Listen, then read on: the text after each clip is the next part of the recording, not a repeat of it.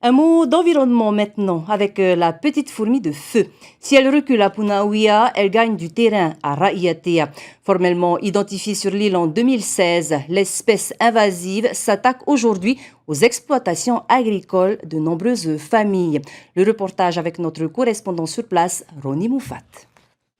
Pour répondre aux inquiétudes des familles de la baie de Fatemou face à la petite fourmi de feu, l'association Veyava s'est entourée de bénévoles, d'agriculteurs, de guides touristiques et du naturaliste Fred Jacques pour organiser une mission de détection et cartographier les zones infestées.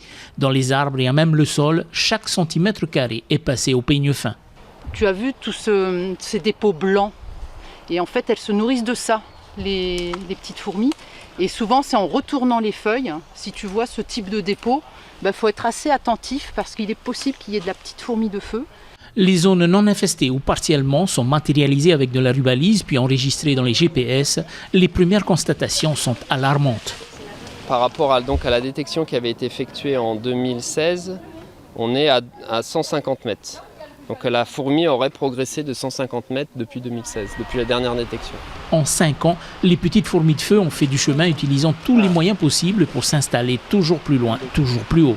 Elles se servent du tuyau pour traverser la rivière. Oui, il y en a tout le long là. Putain, c'est malin les bestioles. Dans certaines zones, la densité est phénoménale. Même les animaux sauvages sont touchés par ce fléau. La famille Porlier craint que ces envahisseuses ne gagnent leur foyer.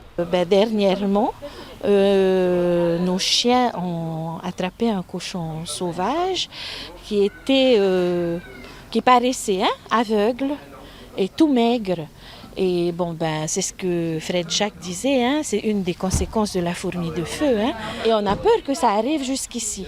Si aucune mesure n'est envisagée rapidement, cette peste pourrait freiner l'économie de Ra'iatea et nuire à la qualité de vie de ses habitants. Selon les derniers relevés en 5 ans, la zone infestée recensée est passée de 2,4 hectares à 31 hectares.